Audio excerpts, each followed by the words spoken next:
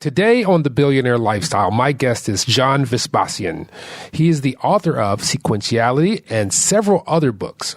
But let's talk about sequentiality, the amazing power of finding the right sequence of steps to move forward in your life. Stay tuned. Welcome to the Billionaire Lifestyle Podcast with your host, Emmett Muckles. Please visit iTunes, Stitcher, or emmettmuckles.com to listen to all the episodes for free.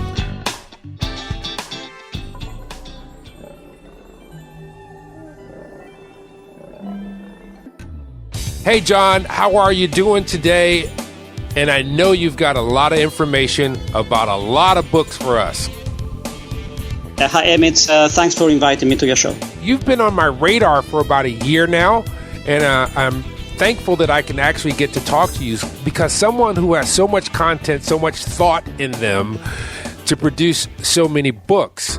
And the latest one, which is Sequentiality, how did that come about? It came out of historical research because I was doing research for another book. And by looking at different stories, biographies of people, basically business people, I came up with a concept of sequentiality, which means the following. If you take a look at the most widespread theories on personal development, you get this positive thinking, the law of attraction, and this kind of stuff. Basically, the idea is that people get a goal on their minds. So, okay, I'm going to become A or B, and they make a plan and they follow the plan. This is the basic pattern. While doing research for the next book, for this book, I found many inconsistencies in stories. I realized that in a great majority of cases, it is not linear. When people get to success, or when people recover their health, or they solve huge problems, sometimes it's a sequence of steps, and this is what I call sequentiality. It's a sequence of steps which cannot be foreseen from the very beginning. People get a sense of direction and say, okay, I want to go in this direction, I want to do this, but you cannot really argue that in most cases people have a very precise goal for 10 or 20 years ahead. It is more a sense of direction. And the whole purpose of this book, Sequentiality, is to tell dozens of stories of how people have become successful, how they can recover their health by finding the right sequence of steps without being extremely positive or extremely optimistic. Sometimes the process is very painful, but what I present in the books is many strategies to accelerate this process. Awesome. You know, one of the things that I always say myself is that when we begin an endeavor, sometimes we don't begin the journey at the start because we have some familiarity, and we begin somewhere other than that, and we miss some of the steps. So that's a really awesome scenario for you to put together for people to think about. Also, this isn't your first book, as we've said before, and with Sequentiality, which is subtitled The Amazing Power of Finding the Right Sequence of Steps, you also, in previous books, have uncovered a lot of things that can help people along the way. How did you get to writing all these books? Was it just one day you said, hey, I have these ideas and I'm going to put them down? Or was it an inspiration that led you to where you are now? More than inspiration, it was irritation. And the story is the following. I mean, I have been reading books about personal development, history, psychology for decades. I mean, really quite an avid reader. And at a certain point, about 10 years ago, I became very dissatisfied with the kind of books you can find in the market, because I find most of them very unrealistic, very fluffy, very superficial, and they don't offer very much practical advice, especially not based on facts. So I started about 10 years ago to write the kind of books I could not find, books based on facts, based on history, based on real analysis of situations. And at the beginning, I thought, okay, maybe I can figure out how to produce the kind of things I want to read. I did some research. I wrote my first book, I think 2008. And since then, I never look back because still nobody's writing this kind of stuff. Nobody's putting together personal development and history, which is what I do.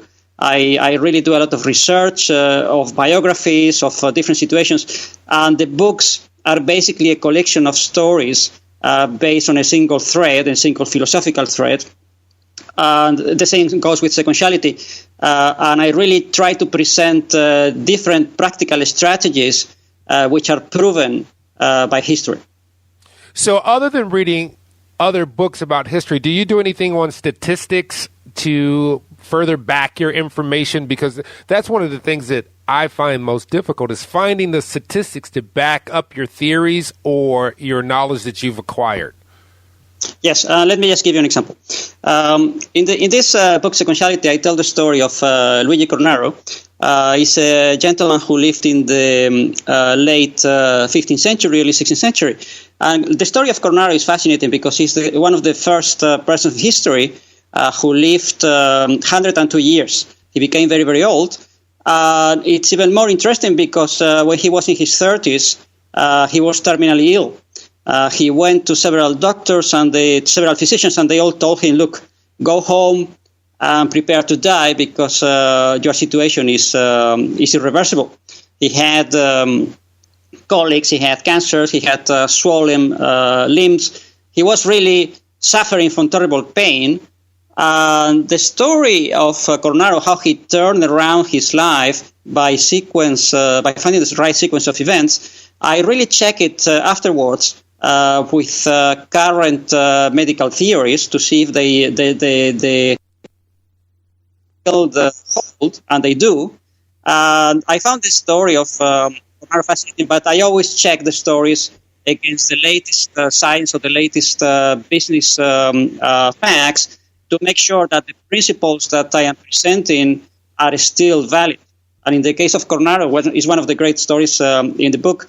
What he did to turn his health around was to change his lifestyle.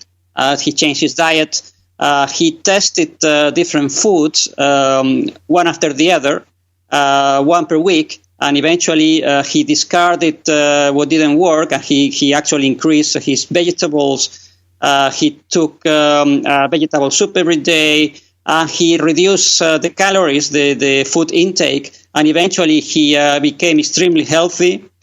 He recovered completely in 6 months. And after that, he went to live 102 years. And he wrote about it, and this is why we know about him. So this is the kind of stories that I tell. But I always, as you say, I always check either the statistics behind or the science behind to make sure that the principles endure. You know, I keep looking at some of your information, and you set things up so really well that no matter where we find your information, you're connected to everything else. For instance, you write a great deal about blog posts that are supplementing your book. How often are you blogging in addition to writing books as well? Very little, actually.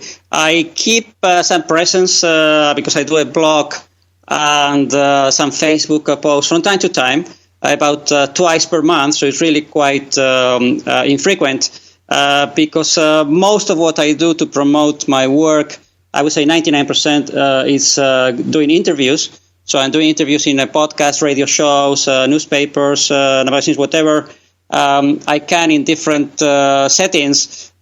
Because practice, I mean, at the beginning I was doing more blog posts, I was doing more articles, but experience, at least my experience, has proven that the best way to promote these kind of books is to do interviews, at least to do long interviews, because also my experience of doing short interviews of 10 minutes, 15 minutes, for instance, in morning shows, is not so satisfying because you really need at least half an hour or an hour to develop the ideas.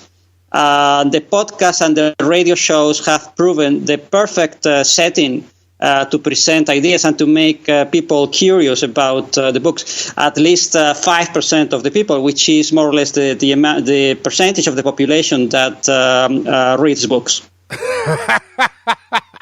That's absolutely amazing that we have all this glorious information in front of us nowadays, and it's so easily accessible, but no one really takes it up and owns it and puts it as a part of their life. Let me go back to your first book. So the first book was The Philosophy of Builders, correct? This is one of the first, indeed. This book tells stories of how people build extremely powerful businesses and extremely powerful careers after disaster. I was really intrigued by stories about people almost destroying their lives and becoming very, very unsuccessful and turning the situation around, and the different methodologies that they use. Let me just tell you briefly one of the stories in this book. One of the most intriguing stories I researched was the biography of a great archaeologist, Howard Carter, who was a British archaeologist in the early 20th century. And Carter, the story is fascinating because this guy spent 10 years of his life basically alone, because he was in the middle of the desert in Egypt, making holes in the ground. You cannot imagine how lonely that is and how uncomfortable and how miserable his life was, because the guy would just make calculations every 10 meters. He would make a hole on the ground trying to find the tomb of a lost Egyptian pharaoh, Tutankhamun. And this Carter, for 10 years, he was ridiculed by the press. He was attacked by the establishment. All the professors, they were telling him that he was crazy. He was marginalized, ostracized. He was treated like crap. I mean, and this guy was keeping on every day, getting up and making holes in the ground. And I found the story fascinating because eventually he succeeded and he found the tomb of Tutankhamun. The last week, when he was running out of money, when his concession was going to expire, he found it and he became one of the most famous archaeologists in history. And the question is the following: how could this guy, this Howard Carter, how could he keep his motivation for 10 years when he was basically alone? When he was basically, everybody was telling him he was crazy, he would never find anything. And I researched the story in great detail. Actually, I went to an exhibition also in London in the British Museum about Howard Carter. And the reason I found is not what you would hear usually in this, as I mentioned, all this positive thinking story, all this law of attraction. On the contrary, I mean, Carter was a very modest, a very much low-key kind of person. And the reason why he managed to maintain his motivation for 10 years is because he was very rational. He was very much self-focused on facts. I mean, the guy would just made the effort to learn to read ancient Egyptian, so he learned to read these hieroglyphics. And he found inscriptions on different columns talking about this tomb that had to be in that area. So he checked the facts, he checked the sources, and even if the rest of the world was telling him that he was crazy, that he was not going to find anything, he would always go back to the sources and say, no, I have checked the facts. I am actually the only one who have checked the facts. All the rest of the people are wrong, and eventually he was proven right. And I found the story fascinating because the guy was not super optimistic, he was not super cheerful, but he was very much resilient. And this resiliency is the main virtue that I present in this book, how you can go through very difficult situations in business or in your private life or in your health and actually come out a winner after going through this calvary. And this Howard Carter is a great example, great historical example. And in the book, I present many stories like that of Howard Carter. Awesome. Now, here's one of the things that stands out as soon as someone sees one of the cover of your books is the artwork. Who does your artwork? I do it myself. after a lot of hesitation and mistakes. Because actually I ordered professional designers to produce covers for my books. And some of them are much better than I can do it, but they were not, I would say, characteristic, because they look very professional, but they are pretty much forgettable.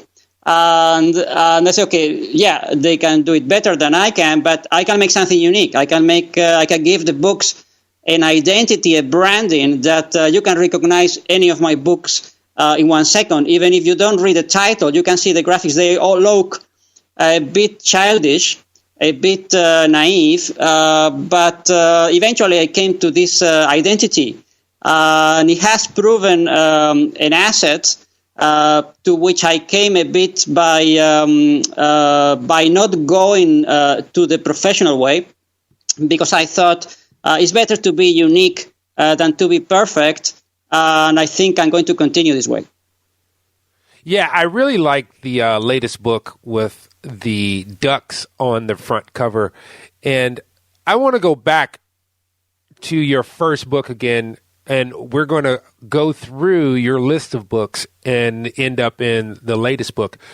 But what was your process for writing your first book? Because it's not really that easy. I mean, the writing part is probably the easiest part.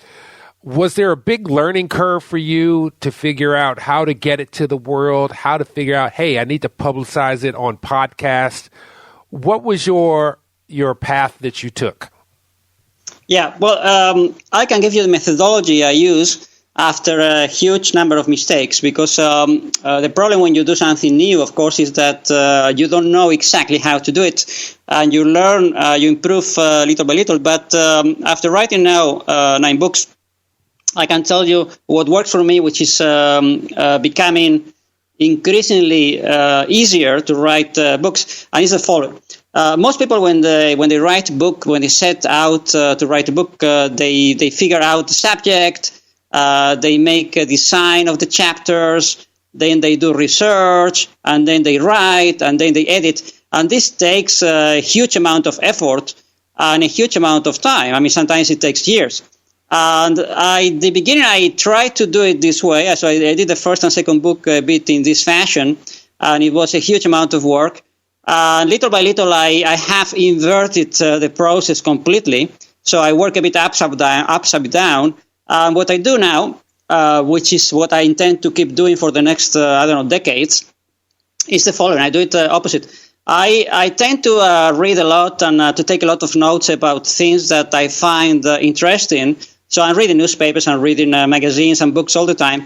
And I take notes. So I just keep notes really for future books. They are organized in a very simple way. So when I want to write my next book, I just go back to my notes and I pick up those that are relevant, and I just put the book together fairly quickly. And by doing this inverse process, you can really accelerate the writing, I think, by a factor of 10. This works for me. I'm not saying that this is a universal formula, but the normal process of starting with a concept and going through the chapters and going through the research, it is so time-consuming and so nerve-wracking that I would only do that if I didn't know any better. I think it's better to first collect the materials, to collect the stories, the anecdotes, the what really you find fascinating, what you find compelling. And once you have the material, you easily put a book together. I would never recommend the standard process, because unless you have a lot of patience and a lot of time, I find it very inefficient. I got you. When I wrote my first book, it was really easy to write the book, and it was hard to understand what to do after that. Now I'm starting to work on my second book, but I see the process more clearly. And one of the things that you put out in the latest book is chapter 1 is the importance of asking the right questions. Do you find that that's the one thing that they miss first? In my case, I can tell you, yes, this is the reason of most of my mistakes in life was to failing to ask the right questions. If you ask in general and you look why people make mistakes, historically and presently, I think this is one of the main reasons that we get on a single track. We only look ahead. We become very narrow-minded. We never question anything. We never question our goals. We never question our processes. We never question the time allocation that we have, which is the basic decision you make in your life, how you allocate your time every day according to your priorities. And unless you start asking questions and say, okay, why I'm doing this in the first place? Is this the best way to do it? Why I'm spending time on this? You will keep doing the same things and basically getting more or less the same results. And it's very difficult to break and to change our habits. It's something sometimes it takes months to change a little habit. But in my experience, every time that I have made a big improvement, it has always been the result of asking questions and making changes. And this is why I started the book with this question, because in the stories I analyze in the book, one after the other, you will see that people were very confused, very angry and very depressed sometimes because they didn't know how to go further. They had a lot of ideas, a lot of goals, but they were stuck. And it's only when people start to ask questions, say, why I'm doing this, is this the best way to do it? A question that almost nobody asks is, I am living in the right location. And I tell you, I know a lot of people who are simply blocked in their careers or in their personal life because they just refuse to move. They live in a place where there are few opportunities for whatever reason. I mean, it could be historical, could be economical, a place where there are few opportunities, and they just don't want to move and say, look, if you stay there, your chances of getting ahead, they are very small because it's just too small. The place is just too small. There are too few opportunities. You have to move. And there is, especially in some areas, when people have this mentality, which is very traditional, there is this huge resistance to move, especially if it's disruptive. If you have to learn another language, if you have to adapt to a new environment, is very time-consuming, it requires a lot of effort, but sometimes you have to do it. And this is one of the main messages of the book: start asking the right questions, or otherwise you will get stuck. Now that's a handful for somebody to recognize and to hone, but it's a really easy concept once you sit down to think about it. So you're on the right track with that. I want to go back again. I keep going back because you've done such a great body of work, and it started probably about 2007 or 2008. Why was that a tipping point for you? Why did you start about 10 years ago to say, hey, here's what I'm going to do. I'm going to put this forth. We obviously know that you weren't finding the content on your own, but what made you want to put it out to the public? I think when you do a lot of something, eventually you develop a skill.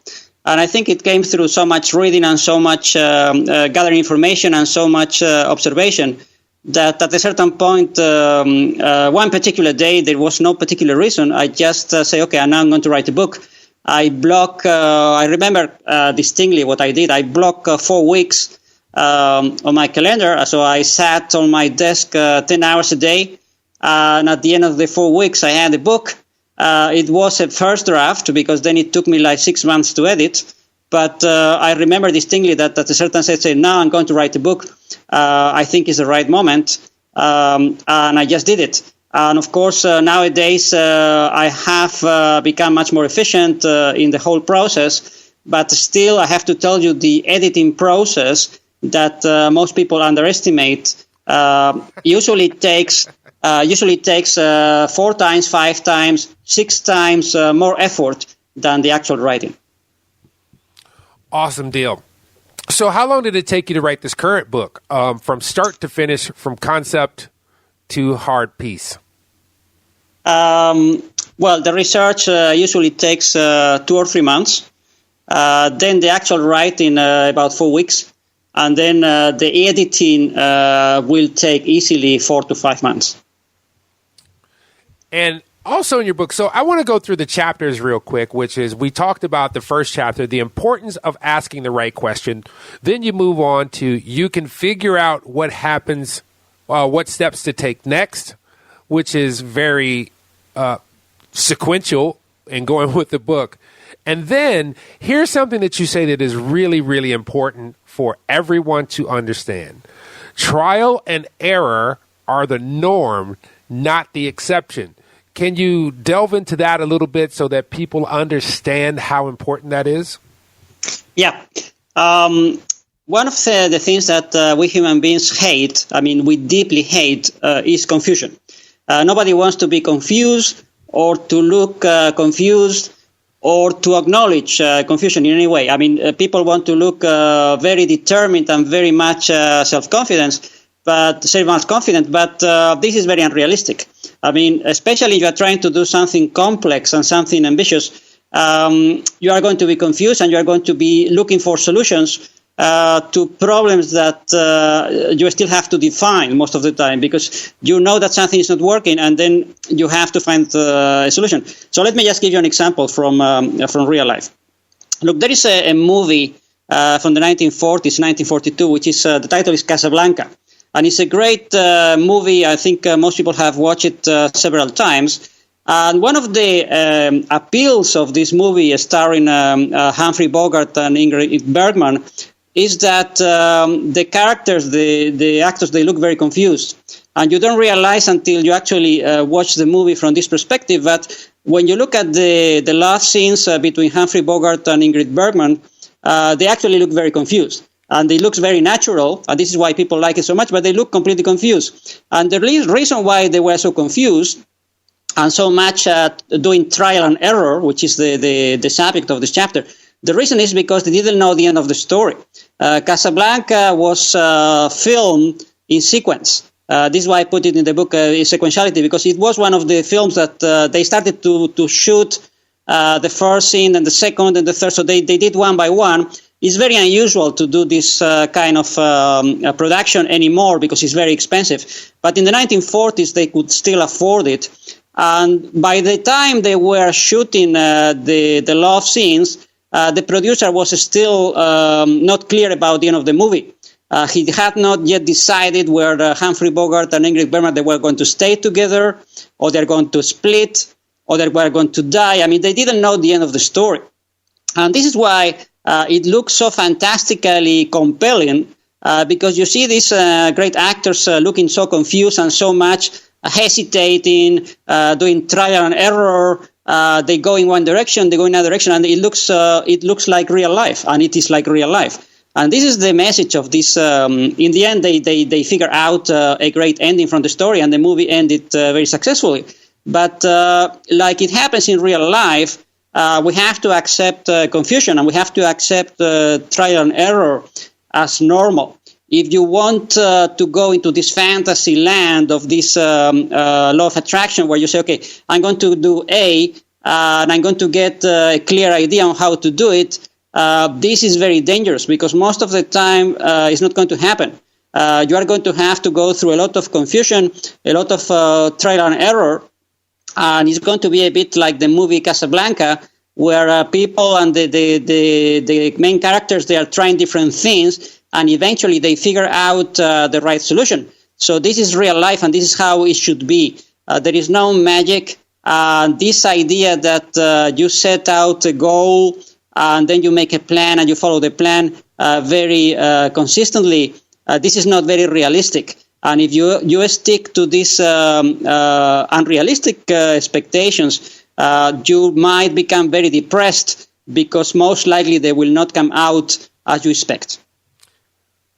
In chapter 10 of your book, you wrote something really poignant, which is why it's so difficult to see the winning path.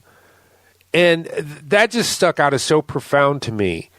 Where did that come from out of your psyche for building this book?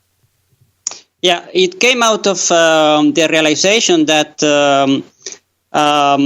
why in the research I've done, why people make so many mistakes? Because most of the characters I analyze, most of them are super motivated, super enthusiastic people, and sometimes very wealthy and very clever.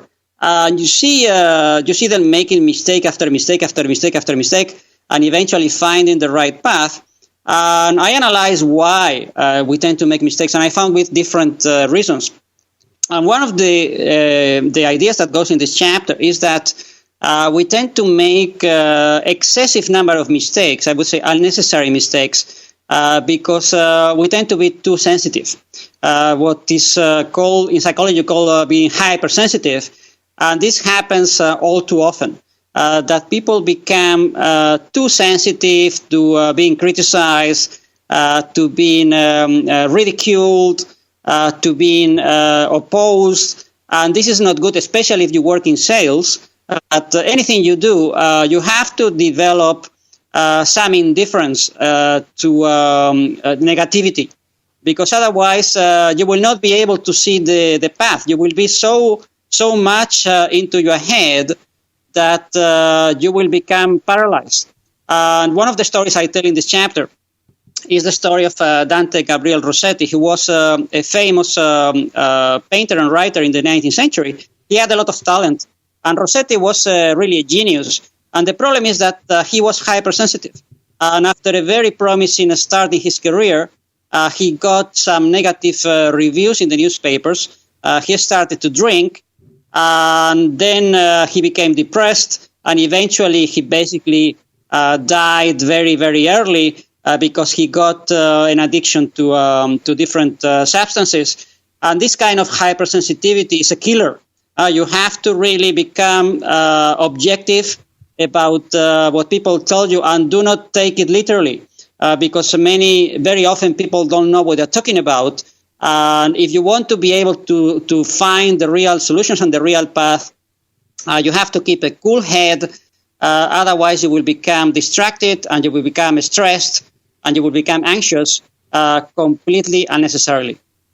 And when are these going to be released in audiobook? Because this would be a great addition to the people who like to consume information, but they're very busy in society. Because myself, I consume a great deal of audiobooks. Do you have any plans for making these into audiobooks? Yes, I do, but at the moment the priority is the translations. Priority is the translations into German, French, and Spanish. After I handle the translations or I get it going, eventually I might do the audiobooks. But I tell you, if I have to choose where to put the resources at this moment and the time, I very much giving priority to the translations. And where are you geographically located? Because you are an anomaly in this world. Yes, it is. I'm my anomaly in the sense that there are very few European authors that regularly do shows in the U.S. So I'm located in the Netherlands, in Europe. So this is 6 hours ahead of New York. So it's a different time zone. Sometimes it makes it a bit difficult to do the shows because I have to do the shows in the middle of the night. But I have to focus on my market.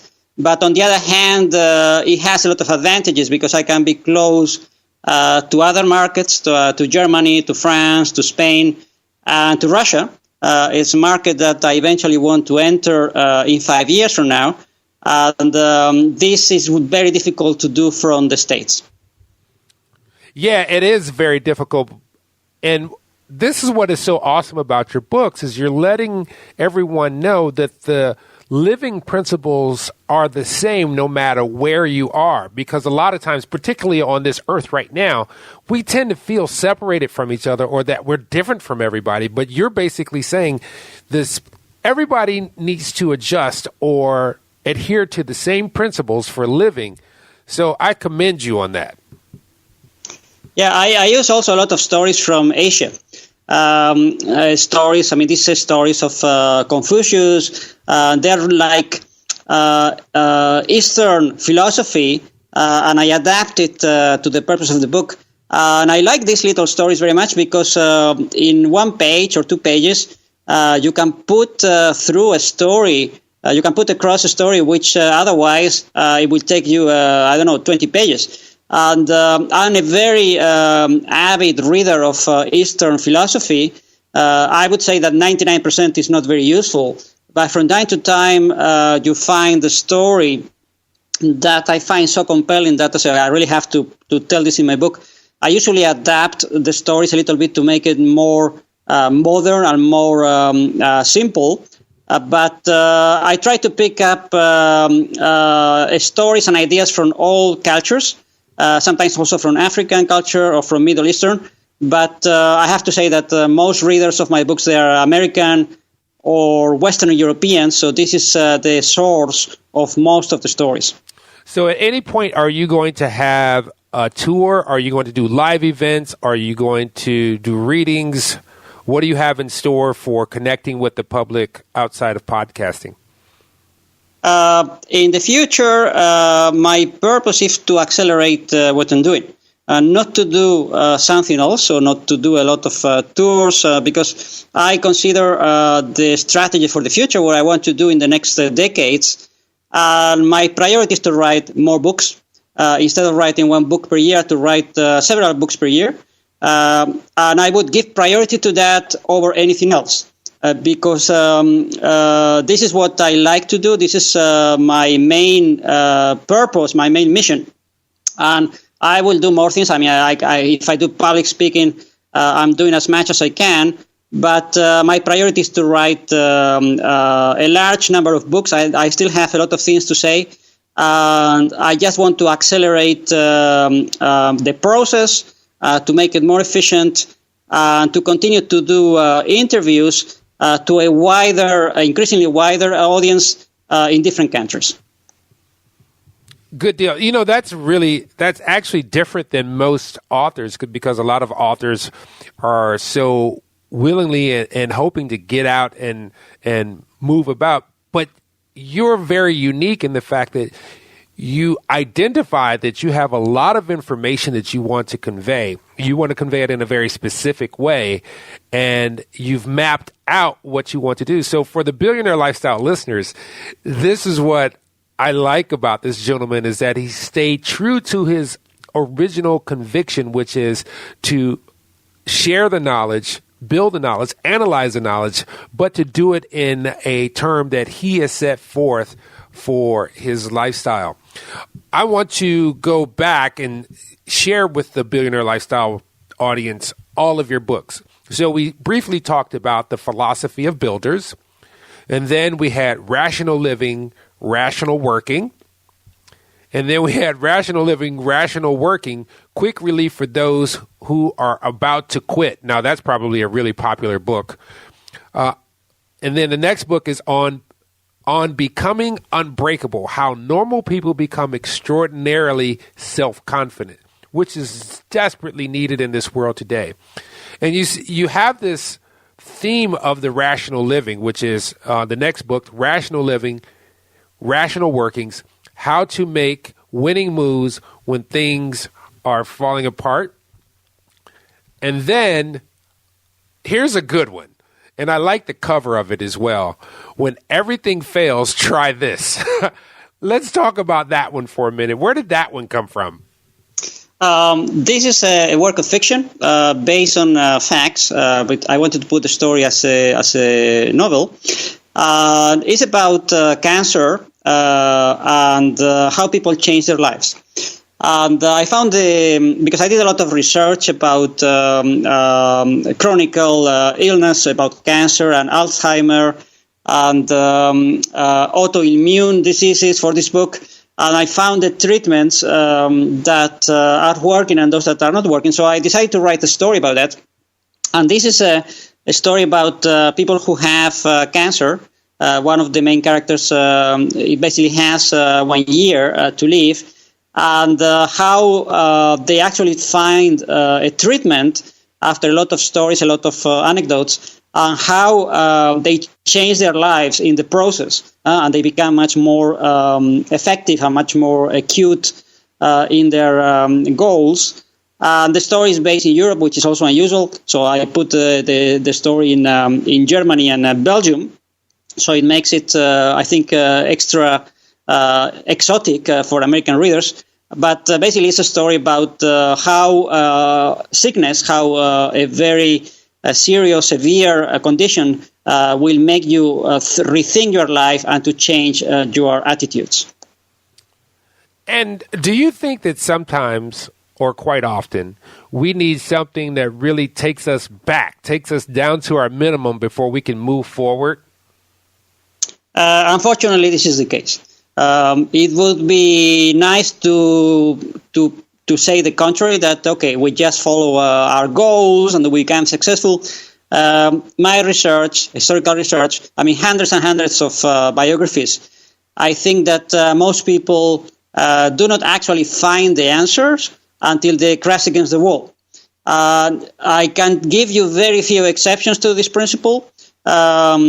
It's something that it seems something very ingrained in the human mind, that unless we get some disruption and some irritation, we never change. And I don't know. It would be nice to change automatically, but it does not happen. Story after story, people find a way after failure, after sometimes crushing failure. Let me give you a very short story from the latest book. Look, one of the great scientists of the 19th century, his name was Mendel, and this is the guy who discovered the law of genetics. And the story is fascinating because this guy was a complete failure. It's a guy who wanted his dream was to be a teacher. He was very motivated. He went to university in Vienna because he wanted to be a physics teacher. So he studied like hell, day and night for 5 years. He got his degree, and then he applied to become a teacher. He had to go through an examination board to get certification to become a teacher. And the guy failed miserably because he was so shy. He could not put two words together. So he went to the board. They asked him questions. Of course, he knew all the answers, but he just got frozen. He cried afterwards. He tried 6 years later, after preparing like hell. He went to the exam again, and he froze again, and he could not put two words together, and he was crushed. All his dreams, he has been working for 10 years, and he could not get a job as a teacher. So eventually he went into a monastery. He was a monk. He resigned himself to a life of routine and a bit of misery. And it was only when he actually changed his direction and said, okay, I cannot be a teacher. What else can I do? He started to do experiments with plants in the monastery, in the garden. He came up with very innovative ideas about genetics, about how to cross-fertilize different plants. He actually became one of the most innovative scientists of the 19th century.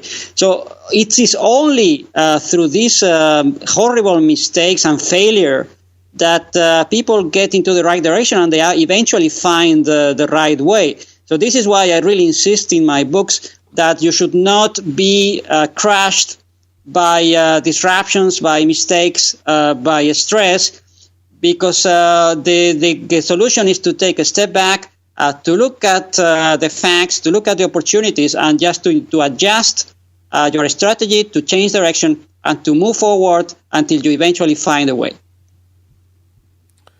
One of the things that stands out when I'm looking at your collection of works is how they lead up to something very simple, which is rationality. And one of your books is Rationality is the Way to Happiness. How come most people don't realize that? Is it that they're just too trapped up in the emotional side of living? The problem with rationality is that to a certain extent it's unnatural because as human beings we are still pretty much animals, because there is a great component in our nature that we are very emotional. We tend to panic. when we encounter opposition. And this is natural. I mean, we are human beings. We are emotional. We are enthusiastic, and sometimes we are depressed. But the truth is that if you want to make good decisions, especially long-term decisions, you have to use your rationality. You have to use your reason. You have to use your logic, because emotions are very unreliable. And dogs and cats, they are very much driven by emotions, and they see something and they just run after it because they don't think. But human beings, we don't have a choice. If we want to progress, we need to think. We need to be logical, because it's very easy to follow your emotions. For instance, when you're having lunch or dinner, it's very easy to follow prey to the temptation to eat what is pleasant, to eat very sweet food, very fatty food, and to become sick. Because if you follow your emotions, you always think short term, and you think what I want now, but you don't think long term. And this is why this book makes a great emphasis on rationality. Try to make good decisions in the critical areas, because emotions are unreliable, and we tend to place too much emphasis on emotions. I'm not saying that you should not be emotional. I think it's great to have emotions, but you have to be careful, especially when you're dealing with finances, when you're dealing with your health, when you're deciding whom to marry. You should be rational to a good extent, because mistakes, these kind of big mistakes, are very expensive. Sometimes people start a business without really thinking about what they want to do, without really thinking about how they're going to survive. Emotions are not enough. Don't be fooled by the people who tell you, okay, just do it. It's not good enough. Life is more complicated than that. You have to think. You have to think ahead. You have to think as long term as you can, because this is the best way to make sound decisions. Awesome information. So, John, where can people find all your works and your blog? I'm very easy to find, because the name is unusual.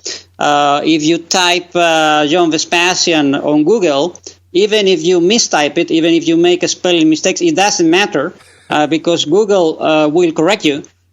You will find everything in 1 second. You will find my blog. You will find there is a free newsletter. You will find my books. Just type John Vespasian on Google, and you will find everything in 1 second. And do you have a good Facebook following? Because that seems to be the platform where people connect as closely as they can in real time. What do you have? I have a Facebook page. I have a Twitter account that I use a few times per month. You can use those if you will. They're all under the name John Vespasian, so it's very, very easy to find. Awesome. What do you have coming up in the next 6 months? I have my next book coming in the last quarter of this year, which I'm currently doing research for this book. And my process, more or less, is that I do a lot of interviews from January until August, so September. And then the last 2 months, they are basically taken by the last production of the book, the last stages. So I basically stop. I do very few interviews in October, November, while the book is going out, and then I start again the following year. So this is the process that I follow. So the plan is to have the next book released at the end of this year. Awesome. And we're right at the end of our time. So do you have any points that you would share with the Billionaire Lifestyle audience? Let's say my audience came to your house and sat down in front of you and were looking at you as the guru. Can you give like a quick 3 points to living the Billionaire Lifestyle? Yes. 3 quick points. First, try to get rid of every task that you can automatize or you can delegate. And this is easier said than done, because we all want to do everything of everything. But I have to tell you, I bought some time ago one of these vacuum cleaner robots. Actually, I ended by buying two of them for different locations because when you get something that you have to delegate to someone, to a person, and then you can delegate to a robot, this is the way to do it. You have to get rid of as many tasks as you want using software, using robots, using secretaries, or using whatever, cleaning ladies, because you have to free up your time for important tasks. So this is something that I will tell anybody I know who wants to improve his life, because there are many derivations of this principle, but you have to try to get rid of that. Second idea I would give is that if you have the time and the motivation, try to learn a foreign language. If you are American, it's very easy to learn Spanish because you get it everywhere in the United States, and it's a relatively easy language. You don't have to learn perfectly, but if you learn the second language or the third language, it will open your eyes to many possibilities and many ideas that they were always there, but you never saw them because you were blind. And every time you learn a new language, you open your eyes and you open your sensitivity to many things that you were just ignoring. Because when your brain hears a language or reads a language you don't understand, you just block it out. So to learn the second language, it doesn't take a lot of effort. You can do 10, 15 minutes per day if you follow a course. But it will really open your eyes. It will open your possibilities, and don't forget about that, because it will just change your view of the world. And the third idea I want to give is that no matter what you do, no matter what strategy, you should diversify your risk. And even if you're extremely good in one area, and even if you have a very successful business, you should diversify your risk by investing in different areas, investing in different countries, using different banks and different brokers, because even if you are super clever and super confident, eventually something will happen and you will find yourself in some trouble. If you diversify your risk, you make yourself waterproof. You make yourself unbreakable, which is one of my latest books, How to Make Yourself Unbreakable. And to make yourself unbreakable, to make yourself safe, should be a top priority. Diversify your risk, diversify your investments, diversify your friendships, because one day you might need them. To have this kind of diversification takes a lot of time to build. Awesome. You've given some great information today, and I want to thank you for being on the Billionaire Lifestyle Podcast, John. Many thanks, Emmett. It was a pleasure to talk to you. Thank you. So, ladies and gentlemen, you know how we end this show. When you get out the shower, when you get out the bed, walk into the bathroom. And now this is a really important one that you have to administer. Take off all your clothes. This is why I said when you get out the shower. And I want you to just take a moment and look in the mirror, and I want you to study yourself. That is a complex, universal being. Remember, we are spiritual beings having a physical experience. When you say to yourself in your head, and you don't move your lips, I'm here, I'm conscious, I'm loved, that sinks in. And know, when you look in the mirror, seeing how special you are, realize that there are other people who are special too. And it is our job to connect and to bond and to experience life with those beings. So remember, the love that you give yourself and that you should give yourself, make sure that you give it to others, as well as respect and justice. Till next time, love you all. Peace. Thanks, John. Goodbye.